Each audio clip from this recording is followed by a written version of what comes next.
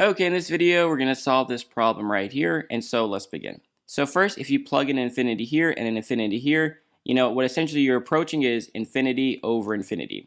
And that's a red flag that you got to approach this problem differently. In our case, we can use L'Hopital's rule.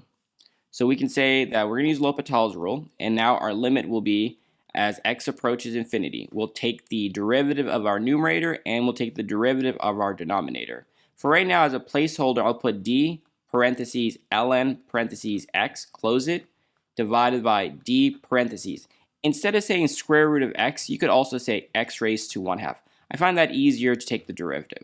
And so what we're going to get is the limit as x approaches infinity. So the derivative of ln x is just 1 over x. So we have 1 over x, and the derivative of x raised to 1/2. This 1/2 will go to the front. We would get 1/2 x raised to 1/2 minus 1 is negative 1/2, close parentheses. And we can rewrite this. So let's clean up some space. So we have the limit as x approaches infinity. So we have 1 over x. So that's fine. 1 divided by x. Divided by. So we have 1 divided by 2, x raised to negative 1/2. That's the same as saying 1 divided by 2, x raised to positive 1/2. They're equivalent because this is saying x raised to negative 1/2 is like in the numerator, and so it's a negative. You can put in the denominator if you flip the sign.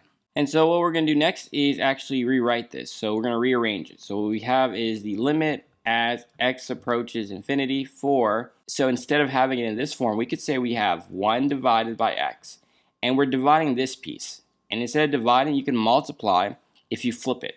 So you would get 2x raised to 1/2 divided by 1, close parentheses. And so what we're going to get, so this x is really raised to 1.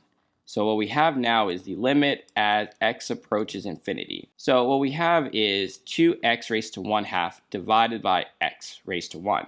So that's going to give us 2 divided by x raised to 1/2. In a way, it's like 1 minus 1/2. So you get 1/2 in the denominator. Now in this form, if I plug in like a very large number like infinity, I'm going to get 2 divided by, infinity, which is going to approach 0. So 0 is our final answer. And that's all we need to do for this problem.